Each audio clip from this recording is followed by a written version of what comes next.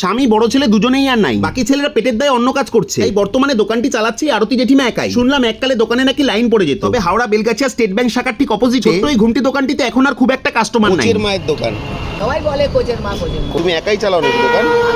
এই ছানি কাটালাম তো চমা বন্ধ ছিল দোকান। ও। আলু বড়া কুমড়ো বড়া আর বিকালে শুধু চপ ফুলুরি এইসব। এগুলো 6 টাকা করে, এগুলো 5 টাকা। ও, কচুরি শুধু 5 টাকা হ্যাঁ। আর বাকি চপ সব 6 টাকা। ছেলেরা সব অন্য কাজে থাকে। বিক্রি বাট্টা ঠিকঠাক হয়? অল্প এখন চলে গেছে এই বস্তা মুড়ি আর লাইন দিত করতে। আমার বড় ছেলে নেই, বড় ছেলে করে চলে গেছে।